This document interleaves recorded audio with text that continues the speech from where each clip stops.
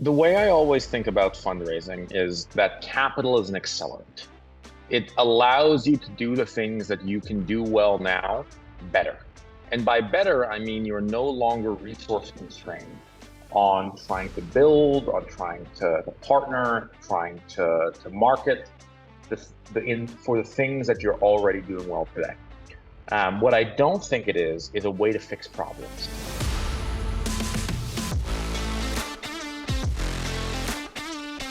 Welcome to The Funded, a series where we chat with founders who have recently raised a round of funding in the Web3 space. I'm Ivailo, and I'm a part of the Daedalus collective. We're a group of angels who invest together and have been investing together for the last 2 years and have backed some of the leading projects in the space. First, a couple of disclosures.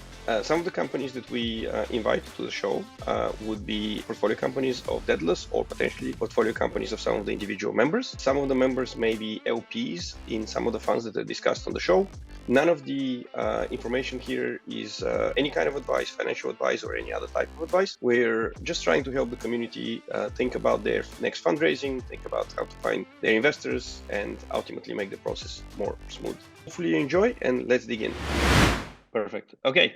So today is the recording of the very first episode of the Funded series, which we thought we wanted to present to the community and in hope that we can help founders with their funding rounds. Our very first guest is Ismael from Lagrange. He has recently closed his round. Thank you for joining us. If you can, Ismael, if you can give us a very quick intro on yourself and the company, and then we'll jump into your adventures in funding and fundraising.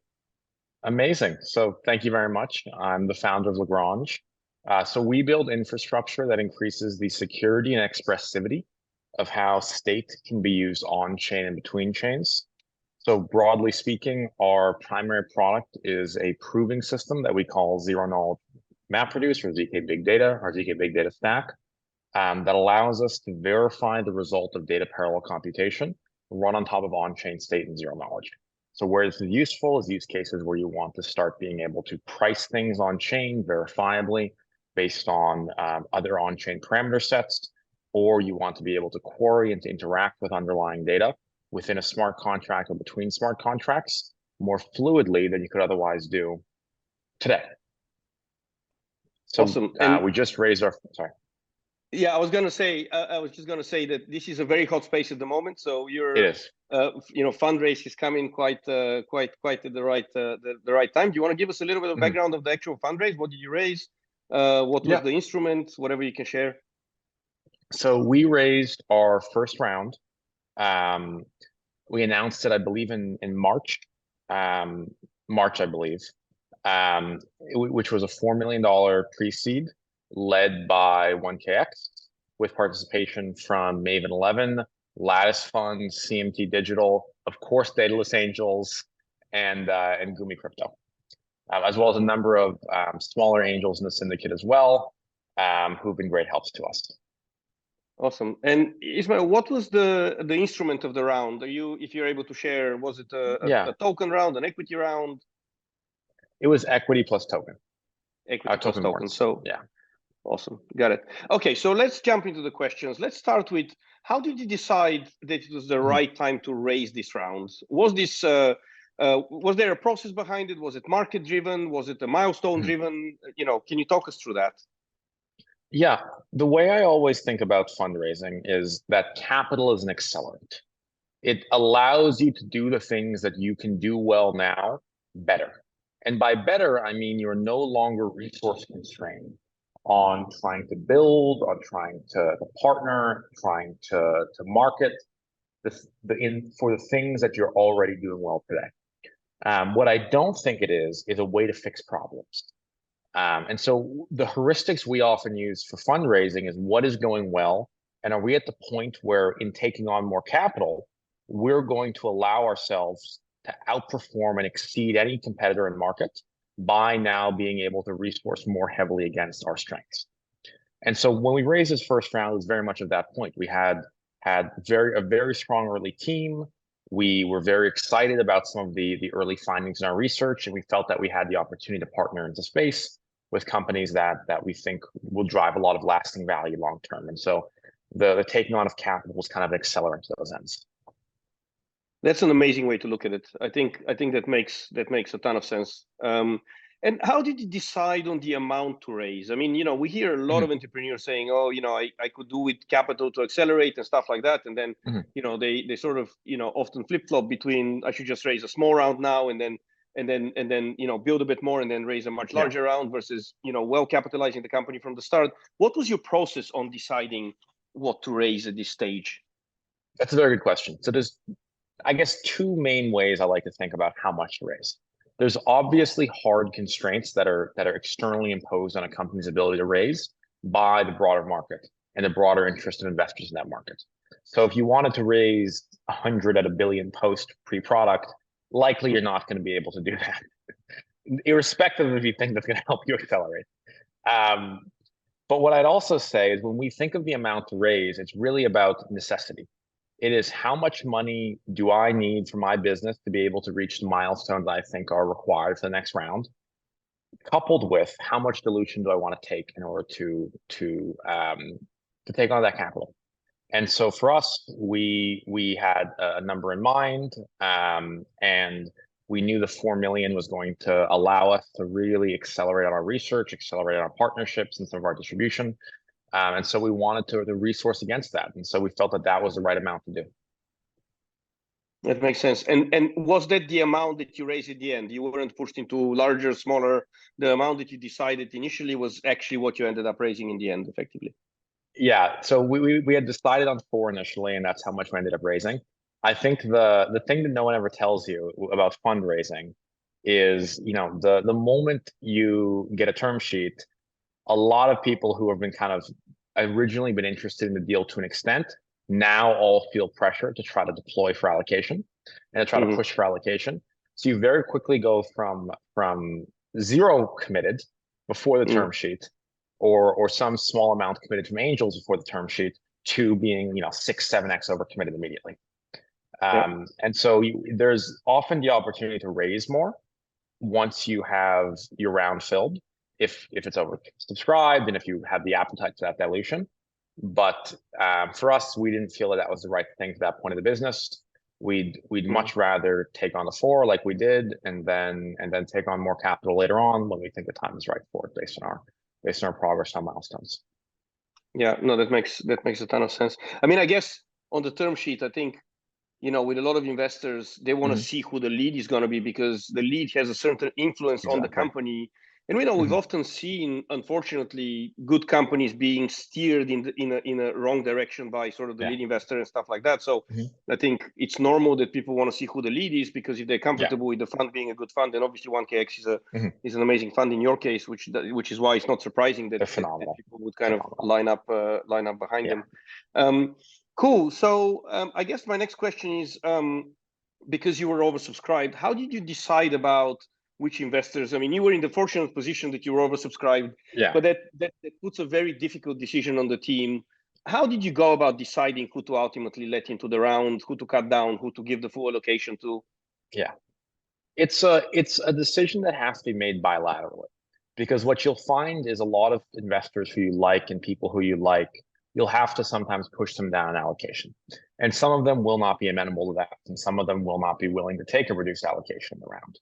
So you have to try to, and to hope that that broadly, that the people who you want to work with will continue to want to work with you for even with lower allocation, and that with the amount remaining, you can fit in the people who you all want in there.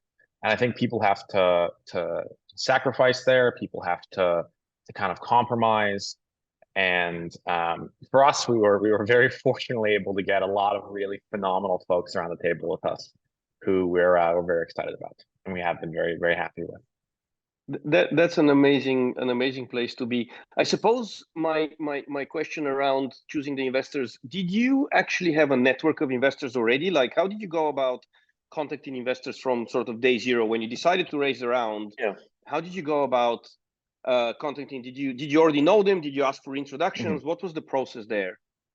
Yeah, I think you do meet a lot of investors when you're in the space. And so we had a network of some investors, A lot of the investors who were in the round we didn't know ahead of time, and they were people who we met during the process and who we built relationships with during the process. And then obviously a lot of the investors who ended up being in the round were incredibly helpful early on in the intros. I mean, you guys in particular have always been very, very helpful to us in meeting new funds and in growing our broader network as a company. And so I would say that it's kind of, I guess, a non-answer. That it was a bit of everything. A bit of everything. Okay, well, no, that makes Yeah. sense. I guess you were kind of in the middle, because we see sometimes founders Yeah. that are really well connected in the venture world, so they Mhm. just pick up the phone and call their friends that they've been Yeah. hanging out at conferences and stuff. And you have the very opposite, Exactly. which is you have founders that they're starting something very new, often Mhm. sometimes academics that have never had exposure to the investment world. So Exactly. you're somewhere in the middle, which I guess is a good starting point It is. to basically start the It is. round.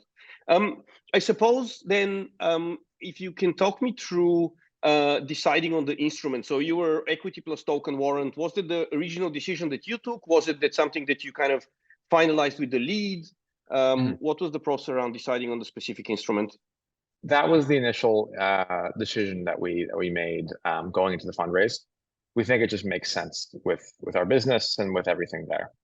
Um, I'd say that that broadly, I think that the selection of an instrument is something that people should be very cognizant of how they're making that Mm. selection. I think they should consult legal counsel. They should consult their network, their advisors.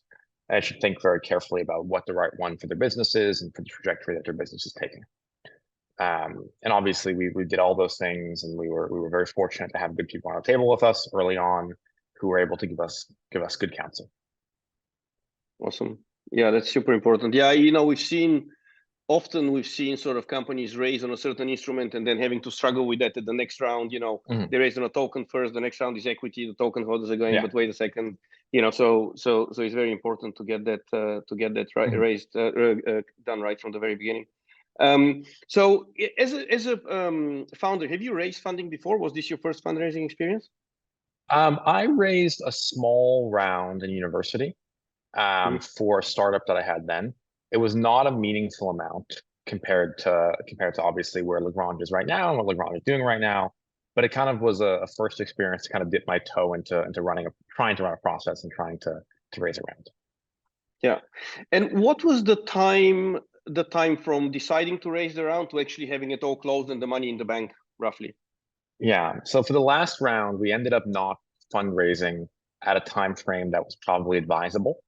Mm. The fundraise really kicked off in earnest right after FTX. Yeah, And so great timing. obviously there was a bit of slowdown there. Yeah, I know. Obviously there was a bit of slowdown there. And the broader market was less than amenable to deploying out of that kind of broader environment. But fortunately it took us about, I'd say, month and a half, 2 months from start to finish, which I That's think still is amazing. first. It was the first round, so it took a little bit longer. I think sometimes companies that are a little bit later stage are oftentimes faster in the processes. And obviously there were things we could have probably done better and things that we did do well in that last process.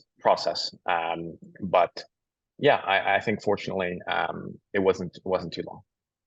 What would you say, was there anything during the fundraising process that surprised you? Something that took longer, something that you would have expected to be simpler, but actually was more complicated? Was there anything that you kind of went Yeah. after the fundraising was done, wow, I didn't expect that to turn out that way? Um, I think, I think, so I was a VC before as well. My last job, I was a VC. So I had a good idea of what the fundraising process entailed going into it. Hmm. That being said, I think the part I probably underestimated was how difficult the decisions would be over selecting a lead and over building a syndicate. I think when you're looking at it from a deployment standpoint and you've made your decision that you want to get into the round, you deploy and you make a commitment to the round and you spend time with the entrepreneur hoping to get allocation or with the intention of getting allocation. And then you often, at least I didn't often think about how difficult that decision is of who to allow in the round. And oftentimes we found that it came down not to any sort of decision that related to our feeling about the fund or the person, but just into what we needed in that individual syndicate and what we needed to get the company to its next milestone. And I think with that, like I didn't anticipate the decisions being so hard getting into it. And I didn't anticipate us having to say no to people who we really, really liked, or to push down people in allocation who we really, really liked and do really like. Yeah, it's funny, you know, people obviously appreciate that it's a fortunate position to be oversubscribed, but they don't think about the fact that actually it is still quite a hard thing to deal with when you have to say no to people you like, because you can't take everyone in the round when you're 7 times oversubscribed, right? You do have to make some hard choices. Exactly. Is there anything that you would do differently? Like if you were to kind of, you know, flick a magic switch and go back in time now with knowing what you know, is there anything that you would do differently in approaching this round? It's hard to say I have done anything differently, because we're so happy with how the syndicate turned out and the people that we have in there. Like I could not be more happy with 1KX as the lead, and all the tremendous funds like Maven, Lattice, CMT, Daedalus, Gumi, etc., who are in the syndicate. So it's hard to say I'd do anything different if we had to end up with a different syndicate at the end. But what I would say is, you know, I think that there are materials and document preparation and kind of some of the hard logistics and operational considerations that go into a process that we probably would have been more crisp on for the first conversations, knowing now what, in theory, people would want to see. Makes sense. That leads me into the next question quite well, about the legal part of the round, so the documentation part of the round. Can you give us a bit of flavor of how that played out? You got the lead, that was the term sheet. Then did they provide the longer docs? Did they ask you to draft the longer docs? What was the process there? Yeah, so I don't want to go too much into the details on the exact legal process there, obviously out of respect for everyone involved. But I can say that we were very fortunate to have very good counsel. And it's one of the things that we suggest for most entrepreneurs and most people who are doing their first fundraise, that they work with a really experienced venture law firm.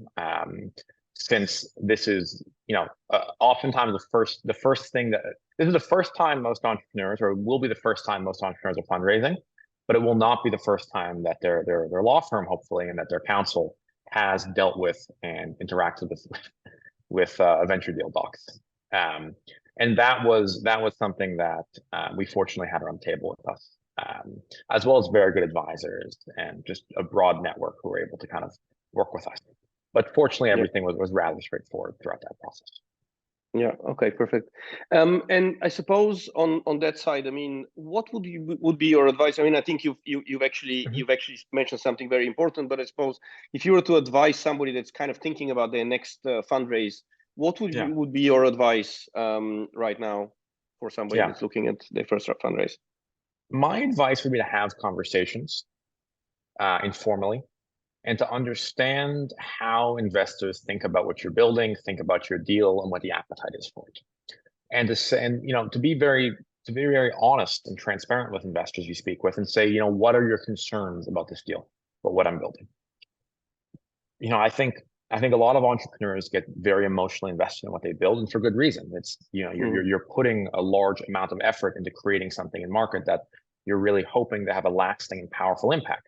But the flip side of that is, you know, a lot of entrepreneurs sometimes struggle to take criticism of what they build. But being objective on the strengths of what you build and the inherent weaknesses that come along with those strengths often is a very important way to understand how a third party, like an investor looking at your deal, would assess it. And so, you know, one of the questions I always love to ask investors is, you know, even when we're not raising, is that if we were raising today, what would be your biggest concerns about this deal? What are the things that you would look at and say, you know, this is a check mark in the green column, this is a great deal, I'd want to deploy into it. What are the things in the red column? And that's something that we think is very helpful, because it allows you to kind of separate from the excitement you feel for your company, and to be able to understand how the broader market would see you. That makes a lot of sense. I mean, it definitely is something that a lot of people shy away from. You know, when they look at the concerns, they want to block them out and just think about the positives. Exactly. But I think acknowledging the concerns is actually incredibly important, because it allows you to kind of work through them with the investors and with your team and things like that. So that makes a lot of sense. And it's helpful to the overall business as well. because I think with every strength that a company has, it often has an inherent weakness if it's not Yeah. properly addressing it or properly thinking it through, right? The speed that you move to market also means you can overcommit to a path.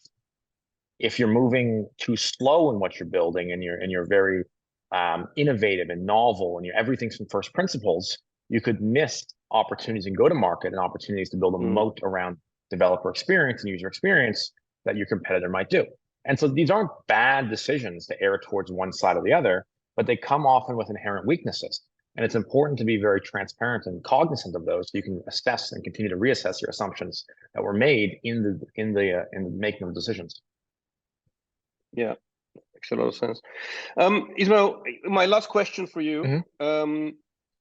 Is there any behavior that was unexpected from investors that you came across that you wish investors didn't do?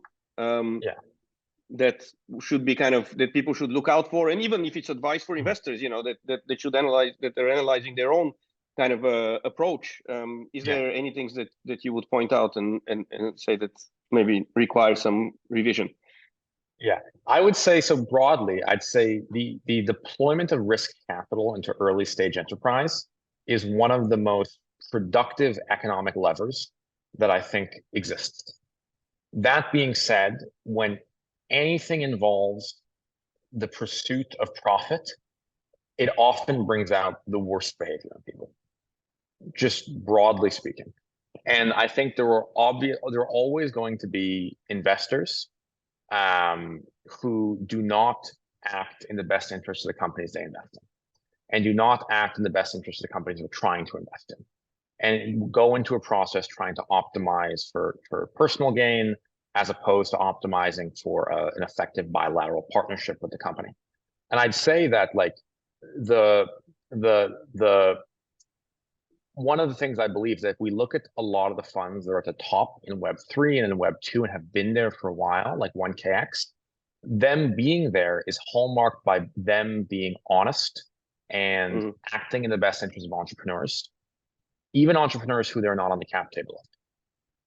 And I think this is why some of the great funds have been there for so long, and why they will continue to be there, because they are looking to benefit and help the broader ecosystems that they operate in, and they don't optimize for personal gain at the loss of other people in entrepreneurs' success.